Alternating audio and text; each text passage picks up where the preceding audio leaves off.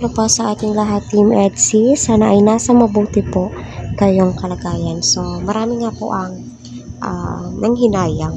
So, iilan lang naman po. Although, hindi naman marami na as in. Pero alam nyo ba, mas marami ang natuwa. No, marami ang natuwa. Kitang-kita naman po talaga yung ugali nila Beyonce. Simula't simula, di ba? Kahit na sabihin natin yes, milyonaryo na po sila dahil nga po sa bahay pa lang milyones na yung nagasto, di ba? Hindi pa nga tapos.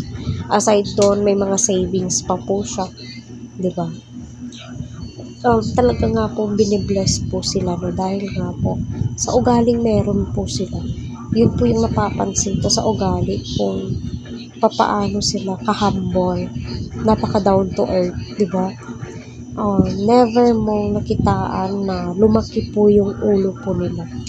No? Grabe, nakakatuwa tong pamilya ni Beyonce sa totoo lang. Kay sarap nilang panoorin. Siguro proud na proud yung mga sponsor nila. Totoo lang, proud na proud po niya.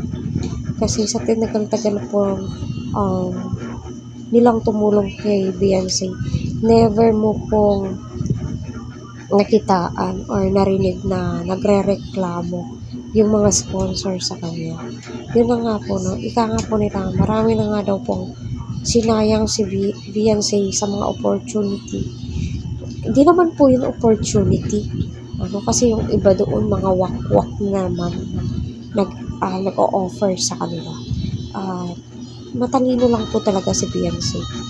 No? Matalino po talaga siya kasi never siyang nagpawakwak, diba? Kasi aware talaga siya kung ano yung mga nangyayari sa loob at labas ng Team Kalingap. Kaya mas lalo siyang minamahal, diba? Sobrang proud ni Dr. Love kay Beyonce sa totoo lang. At ramdam mo po yun.